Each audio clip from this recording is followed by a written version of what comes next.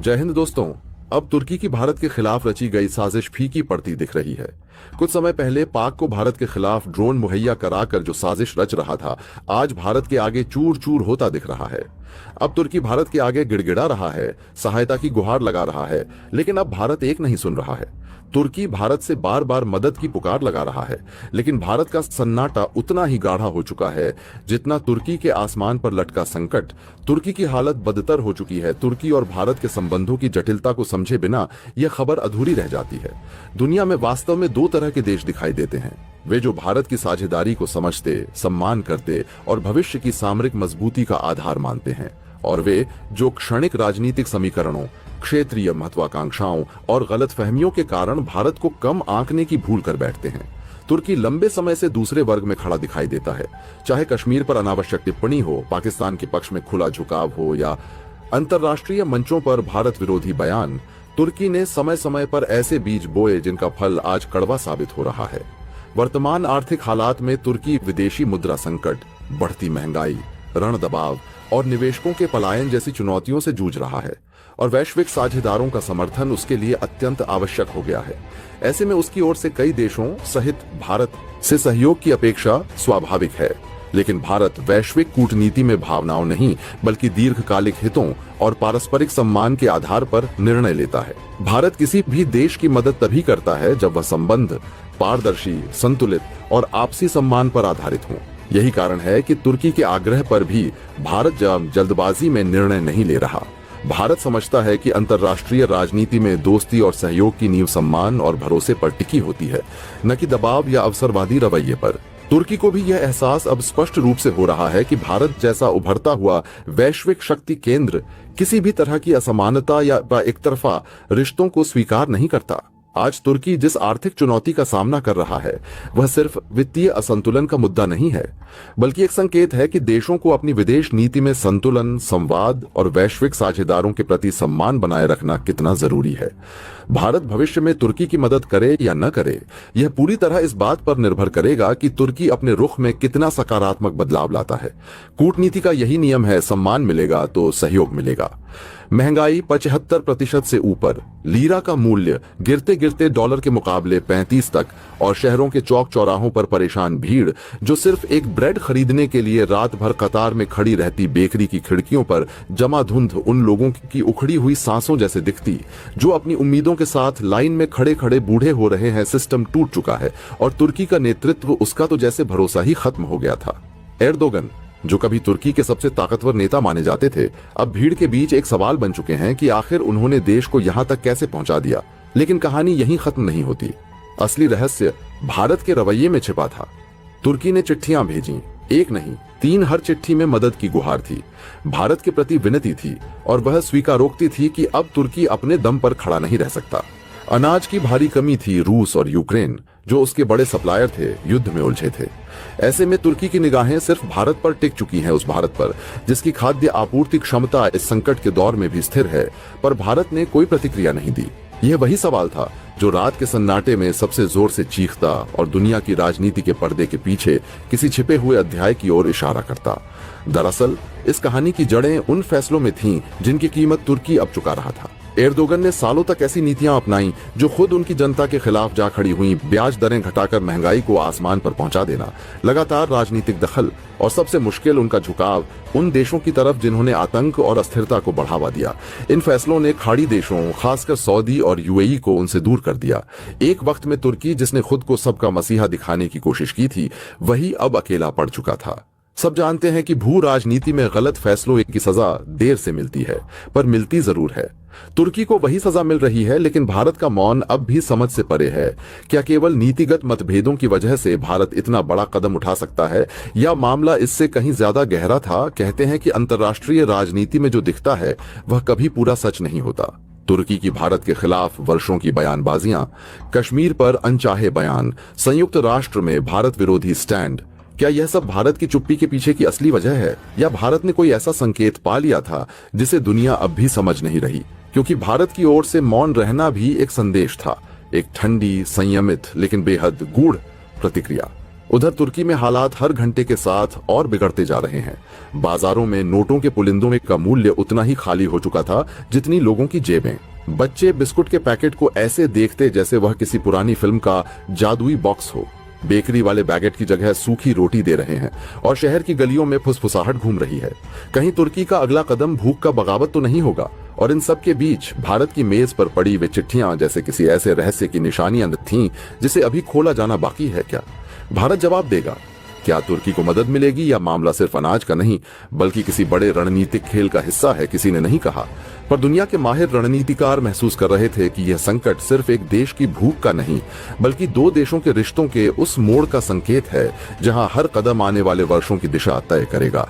तुर्की इंतजार कर रहा है, भारत सोच रहा है और दुनिया वह इस खामोशी में छिपे तूफान को सुनने की कोशिश कर रही है। एक ऐसा देश जो कभी खुद को यूरोप और एशिया का पुल कहता था, लेकिन आज हालत यह है कि दाने दाने को मोहताज हो गया है। और यह कोई पुरानी कहानी नहीं है, यह वही तुर्की है जिसके नेताओं ने अभी 1 महीने पहले तक बड़ी बड़ी बातें की थीं। अंकारा की संसद के आंकड़े अभी सूखे भी नहीं थे कि हकीकत ने तुर्की को आईना दिखा दिया। आपको याद होगा, तुर्की के वित्त मंत्री मोहम्मद शमशेख ने प्रेस कॉन्फ्रेंस में बहुत कॉन्फिडेंट होकर कहा था कि 2025 के अंत तक देश की महंगाई मात्र 31% के आसपास रहेगी। लेकिन कहते हैं ना कि सच हमेशा बयान से बड़ा होता है, और इस बार तो आंकड़ों ने तुर्की की सरकार को सीधी पटखनी दे दी। जमीनी सच्चाई ये है कि तुर्की में महंगाई काबू में नहीं बल्कि बेकाबू हो चुकी है। आधिकारिक रिपोर्ट्स के मुताबिक महंगाई 31% नहीं बल्कि 78% के पार पहुंच चुकी है। मतलब लोग जरूरी सामान खरीदने से पहले 10 बार सोच रहे हैं और सरकार अभी भी उम्मीदों का पैकेट बेच रही है। सबसे बड़ी चिंता तुर्की की करेंसी लीरा को लेकर है। अंतर्राष्ट्रीय बाजार में लीरा की गिरावट लगातार जारी है और हालात इतने गंभीर हो चुके हैं कि एक अमेरिकी डॉलर की कीमत 35 लीरा तक पहुंच गई है। यह गिरावट तुर्की की आर्थिक स्थिति को लेकर गंभीर सवाल खड़े करती है। लोग रात के अंधेरे में बेकरी के बाहर लंबी लाइनें लगा रहे हैं सिर्फ एक ब्रेड के पैकेट के लिए। वहां के राष्ट्रपति एर्दोगन, जो खुद को बहुत बड़ा नेता मानते थे, उनकी रेटिंग गिरकर महज 28% रह गई है। और जानते हैं यह नौबत क्यों आई? एर्दोगन की गलत नीतियां और गलत दोस्तों का साथ। दरअसल दोस्तों, बात सिर्फ तुर्की की नहीं है, बात उस पूरे राजनीतिक अहंकार, गलत आर्थिक प्रयोगों और असफल कूटनीति की है जिसने कभी यूरोप और एशिया के बीच पुल माने जाने वाले देश को आज आर्थिक खाई के किनारे ला खड़ा कर दिया है। यह वही तुर्की है जो कुछ वर्ष पहले तक खुद को क्षेत्रीय महाशक्ति के रूप में स्थापित करने का दावा करता था, जिसकी राजनयिक पहुंच मध्य पूर्व से लेकर यूरोप तक फैली हुई थी, जिसकी अर्थव्यवस्था 2010 से 2015 के बीच दुनिया की सबसे तेजी से बढ़ती अर्थव्यवस्थाओं में गिनी जाती थी। लेकिन आज तस्वीर पूरी तरह उलट चुकी है। तुर्की का आर्थिक ढांचा हिल चुका है, सामाजिक असंतोष बढ़ रहा है और राजनीतिक नेतृत्व अपनी ही नीतियों के बोझ तले दबता जा रहा है। तुर्की के वर्तमान हालात यह साबित करते हैं कि राजनीतिक भाषणबाजी और आर्थिक वास्तविकता के बीच की दूरी जितनी अधिक होती है, संकट उतना ही क्रूर बनकर सामने आता है। कुछ महीने पहले तक तुर्की के वित्त मंत्री मोहम्मद शमशेख प्रेस कॉन्फ्रेंस में बड़ी दृढ़ता से दावा कर रहे थे कि 2025 के अंत तक तुर्की की महंगाई मात्र 31% पर आ जाएगी। यह दावा उस समय भी विशेषज्ञों को संदिग्ध लग रहा था, क्योंकि तुर्की की मौद्रिक नीति, जो पूरी तरह राष्ट्रपति एर्दोगन के विचारों पर आधारित थी, वास्तव में महंगाई को काबू करने की बजाय उसे तेजी से बढ़ा रही थी। लेकिन सरकार की जिद, राजनीतिक दिखावा और जनता को भरोसे में रखने की कोशिशें अंततः बेनकाब हो गईं। आज की सच्चाई यह है कि महंगाई नियंत्रण में नहीं बल्कि बेकाबू हो चुकी है। तुर्की की आधिकारिक रिपोर्ट्स के अनुसार महंगाई 78% के पार पहुंच चुकी है, जबकि गैर सरकारी संस्थान इसे 110 से 120% तक मान रहे हैं। इसका मतलब यह है कि रोजमर्रा की जिंदगी संभालना बेहद कठिन हो चुका है। दूध से लेकर दाल तक, ब्रेड से लेकर दवाइयों तक, हर चीज की कीमतें आसमान छू रही हैं। हजारों परिवार ऐसे हैं जो पहले महीने भर का सामान खरीदते थे, अब सप्ताह भर की जरूरतें भी पूरी नहीं कर पा रहे। सबसे भयावह स्थिति तुर्की की मुद्रा लीरा की है। कुछ वर्षों पहले तक एक अमेरिकी डॉलर करीब 6 से 7 लीरा के बराबर था, लेकिन आज एक डॉलर की कीमत 35 लीरा तक जा पहुंची है।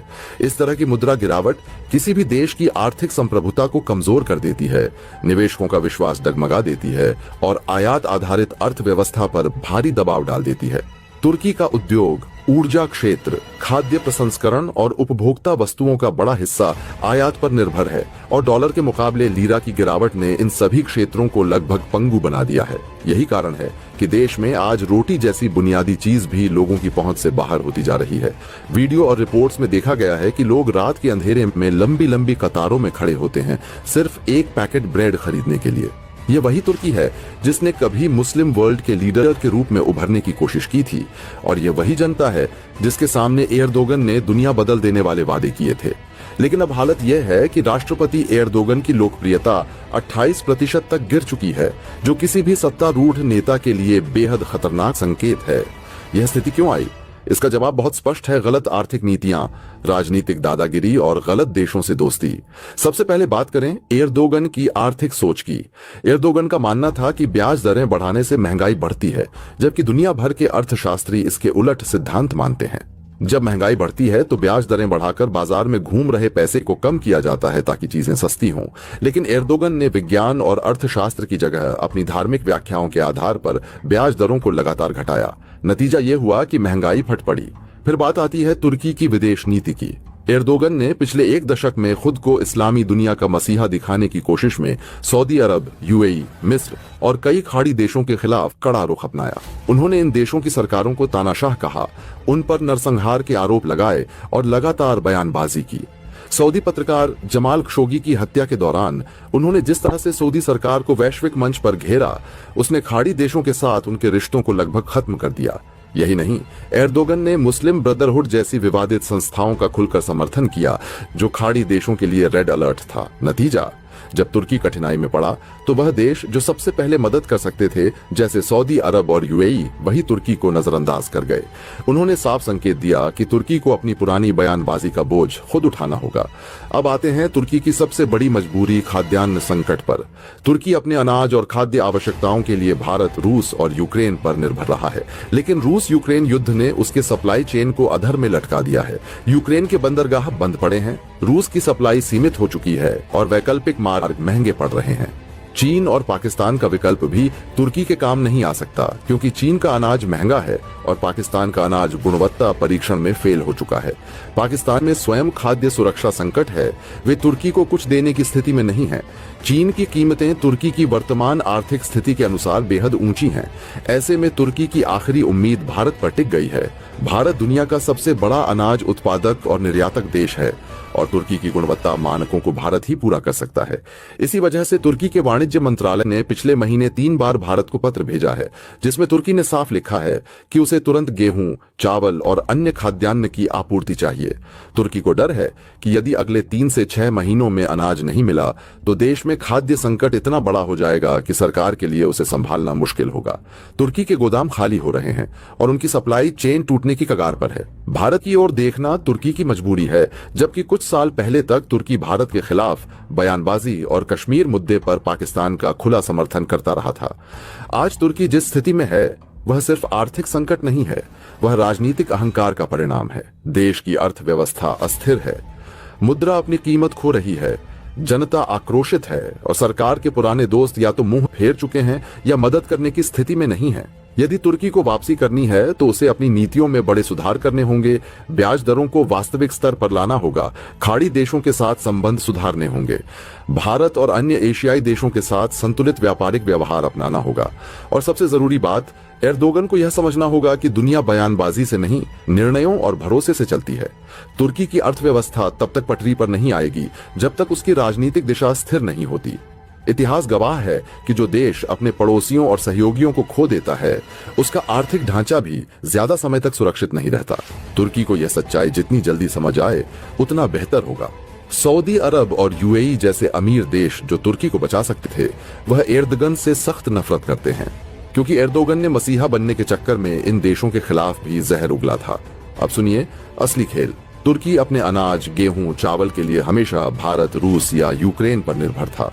रूस और यूक्रेन तो युद्ध में व्यस्त हैं, वहां से सप्लाई बंद है। बचा कौन? सिर्फ भारत। आप कहेंगे कि तुर्की अपने पक्के दोस्त पाकिस्तान या चीन से मदद क्यों नहीं मांग लेता? तो भाई वहां का माल या तो बहुत महंगा है या इतनी घटिया क्वालिटी का कि तुर्की के खुद के हेल्थ डिपार्टमेंट ने उसे रिजेक्ट कर दिया है। इसीलिए तुर्की की आखिरी उम्मीद भारत है। तुर्की का गोदाम खाली हो रहा है और इसी डर से तुर्की के वाणिज्य मंत्रालय ने पिछले महीने 3 बार भारत को लेटर भेजा, हमें अनाज चाहिए, और भारत उसे यह सप्लाई शुरू कर दे। लेकिन रिपोर्ट्स बताती हैं कि भारत सरकार ने ना तो किसी जहाज को तुर्की के लिए रवाना किया और ना ही किसी कार्गो प्लेन में अनाज भरकर भेजने की अनुमति दी। दूसरे शब्दों में कहें तो तुर्की जितना इंतजार करता जा रहा है, भारत उतना ही खामोश बना हुआ है। यही खामोशी अब तुर्की के लिए सिर दर्द बन चुकी है, क्योंकि उसे समझ नहीं आ रहा कि इस संकट से बाहर कैसे निकले। अब तुर्की सर पकड़कर बैठा है, लेकिन सवाल यह है, क्या भारत गलत कर रहा है? जरा फ्लैशबैक में जाइए। तुर्की ने आज तक कौन सा ऐसा मंच छोड़ा है जहां उसने भारत की आलोचना ना की हो? कश्मीर मुद्दा हो या कोई और, तुर्की ने हमेशा भारत को नीचा दिखाने की कोशिश की है। तो आज जब वह मुसीबत में हैं, तो भारत उन्हें अपना अनाज क्यों दे, या वैश्विक सम्मेलनों में भारत पर सवाल उठाना हो? तुर्की की नीति हमेशा से भारत विरोधी ही रही है। ऐसे में अब जब वही तुर्की भारत के दरवाजे पर 3-3 बार मदद की गुहार लगा रहा है, तो यह सवाल उठना लाजमी है कि क्या भारत को ऐसे देश को मदद देनी भी चाहिए जिसने हर मौके पर भारत को नीचा दिखाने की कोशिश की। सबसे दिलचस्प तथ्य यह है कि भारत इस समय अनाज की सप्लाई रोक कर नहीं बैठा है। आंकड़े बताते हैं कि भारत इस वक्त रूस, इजराइल, सऊदी, यूएई और पश्चिमी देशों को धड़ल्ले से अनाज भेज रहा है। बस नो एंट्री है तो सिर्फ तुर्की और उसके साथियों के लिए, यानी बिजनेस जारी है। जहाज भी चल रहे हैं, कार्गो भी उड़ रहे हैं। बस दरवाजा वहीं बंद है जहां कभी हमारे खिलाफ आवाजें उठती थीं। तुर्की और उसके करीबी देशों के लिए भारत का यह रुख एक साफ संदेश है कि अंतर्राष्ट्रीय संबंध भावनाओं से नहीं, व्यवहार से चलाए जाते हैं। ऊपर से सब ठीक दिखता है, लेकिन अंदर ही अंदर तुर्की की इकोनॉमी अनाज की कमी और महंगाई के बोझ तले दब रही है। भारत तुर्की संबंधों के मौजूदा आयामों को समझने के लिए हालिया अनाज संकट महज एक घटनाक्रम नहीं, बल्कि वर्षों से चले आ रहे भू राजनीतिक रवैये और राजनयिक प्राथमिकताओं का प्रतिबिंब है। तुर्की की कई रिपोर्ट्स और अंकारा के भीतर बढ़ती बेचैनी यह संकेत दे रही है कि भारत ने तुर्की के लिए न अनाज से भरा कोई जहाज रवाना किया है और न ही किसी कार्गो विमान को अनुमति दी है, जबकि वैश्विक स्तर पर भारत अनाज की आपूर्ति निर्बाध रूप से जारी रखे हुए है।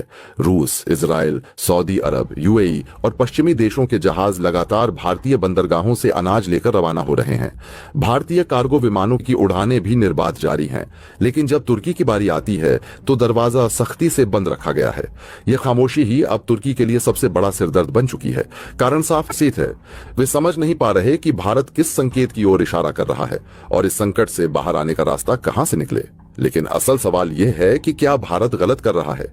क्या मानवता के नाम पर हर स्थिति में मदद की जानी चाहिए, चाहे सामने वाला देश हर मंच पर आपको नीचा दिखाता रहा हो? फ्लैशबैक में जाएं तो तस्वीर और साफ होती है। अंतरराष्ट्रीय मंच हो, संयुक्त राष्ट्र का पोडियम हो या इस्लामिक सहयोग संगठन OIC का कोई विशेष सत्र, तुर्की ने शायद ही कोई ऐसा अवसर छोड़ा हो जब उसने खुलेआम भारत को आड़े हाथों न लिया हो। कश्मीर के मामले में तो तुर्की के राष्ट्रपति रेचेप तैयप एर्दोगन की बयानबाजी अक्सर पाकिस्तान की भाषा से मिलती जुलती रही है। भारत की संप्रभुता और आंतरिक मामलों में दखल देने के तुर्की के इन रवैयों ने नई दिल्ली में हमेशा सहजता पैदा की है। राजनीतिक सुरक्षा मामलों में तुर्की का रुख भारत के हितों के खिलाफ एक प्रॉक्सी स्टैंड माना गया है। ऐसे में जब आज वही तुर्की भारत के दरवाजे पर बार बार मदद की गुहार लगा रहा है, तो यह सवाल उठना स्वाभाविक है कि क्या भारत को ऐसे देश के लिए दरवाजा खोल देना चाहिए जिसने हर मौके पर भारत के खिलाफ आवाज बुलंद की हो। तुर्की की समस्या केवल भू राजनीतिक नहीं है, इसकी जड़ें उसकी घरेलू अर्थव्यवस्था में गहराई तक बैठ चुकी हैं। पिछले कुछ वर्षों में तुर्की की मुद्रा लीरा लगातार गिरती रही है, महंगाई आसमान छू चुकी है और खाद्यान्न संकट ने हालात और बिगाड़ दिए हैं। रूस यूक्रेन युद्ध के बाद वैश्विक सप्लाई चेन अस्थिर हुई, पर भारत ने इन परिस्थितियों में भी अपने मित्र देशों तथा भरोसेमंद साझेदारों को सप्लाई जारी रखी। इसके विपरीत जिन देशों ने भारत की संप्रभुता पर चोट करने की कोशिश की, उनके लिए द्वार स्वतः ही संकुचित हो गए। तुर्की की बढ़ती परेशानियां अब इसीलिए हैं कि अंकारा को यह समझ नहीं आ रहा कि भारत के इस रुख के पीछे संदेश क्या है। क्या यह केवल भू राजनीतिक नाराजगी है या यह एक रणनीतिक संकेत है कि अंतर्राष्ट्रीय व्यवस्था में सम्मान और पारस्परिक व्यवहार का सिद्धांत अनिवार्य है। भारत की विदेश नीति के केंद्र में हमेशा व्यवहारिकता रही है। भारत ना तो प्रतिशोध की नीति पर चलता है और ना भावनात्मक उद्वेलन पर। लेकिन जब कोई देश लगातार भारत के हितों को चोट पहुंचाता है, तब स्ट्रैटेजिक साइलेंस, रणनीतिक मौन भी एक नीति बन जाता है। भारत ने तुर्की की तरह कभी सार्वजनिक बयानबाजी कर उसे नीचा दिखाने का प्रयास नहीं किया। भारत का वैश्विक रुतबा आज इसीलिए बढ़ा है क्योंकि उसने अपने सिद्धांतों और मूल्यों पर समझौता किए बिना व्यावहारिकता को प्राथमिकता दी। लेकिन तुर्की के संदर्भ में जो कठोरता दिखाई दे रही है तरह का संकेत है। कूटनीति केवल मीठी बातों का खेल नहीं, बल्कि सम्मान, पारस्परिकता और जिम्मेदार व्यवहार पर आधारित संबंधों की कला है। भारत जब रूस, इजराइल, खाड़ी देशों और यूरोप जैसे साझेदारों को अनाज भेज रहा है तो यह दिखाता है कि भारत किसी वैश्विक आपूर्ति संकट का बहाना बनाकर निर्यात नहीं रोक रहा, न ही भारत अपनी घरेलू राजनीतिक रणनीतियों में व्यस्तता का हवाला दे रहा है। इसका सीधा अर्थ यह है कि समस्याएं सप्लाई में नहीं बल्कि चयन में, जो पूरी तरह राजनयिक और रणनीतिक संकेतों से प्रेरित है। यह वही चयन है जिसने तुर्की को सोचने पर मजबूर कर दिया है कि भारत का मौन असल में किस दिशा में इशारा कर रहा है। इस हालत में तुर्की चाहे जितना भी भारत पर दबाव बनाने की कोशिश करे या अंतर्राष्ट्रीय मंचों पर अप्रत्यक्ष संदेश दे, लेकिन वास्तविकता यही है कि भारत अब पुराने दौर वाला देश नहीं है जिसे किसी भी मंच पर संबोधित कर आलोचना कर दी जाए और फिर संकट के समय उम्मीद रखी जाए कि वही देश बिन पूछे सहायता कर देगा। भारत आज अपने हितों को लेकर स्पष्ट है। वह दुनिया को यही संदेश दे रहा है कि कूटनीति वन वे स्ट्रीट नहीं है। सम्मान, समझदारी और पारस्परिकता के बिना कोई भी संबंध टिकाऊ नहीं हो सकता। तुर्की आज जिस अनाज संकट में फंसा है वह उसकी केवल आर्थिक विफलता या गलत नीतियों का परिणाम नहीं है, बल्कि उसका एक बड़ा हिस्सा उसके अंतर्राष्ट्रीय रवैये की उपज भी है। भारत ने कभी तुर्की को दुश्मन नहीं माना, लेकिन तुर्की ने राजनीति और इस्लामी ब्लॉक में अपना प्रभाव बढ़ाने के लिए भारत पर निशाना साधना अक्सर पसंद किया। परंतु अब जब भारत वैश्विक शक्ति के रूप में उभर रहा है, वह किसी भी देश को संदेश देने में झिझक नहीं दिखा रहा। मित्रता का मूल्य होता है और जो इस मूल्य को समझता है वही संकट के समय भारतीय कूटनीति के दरवाजे खुले पाता है। आखिर सवाल केवल अनाज का नहीं है बल्कि सिद्धांतों का है। भारत यह दिखा रहा है कि वैश्विक संबंध भावनाओं से नहीं, व्यवहार और सम्मान से संचालित होते हैं।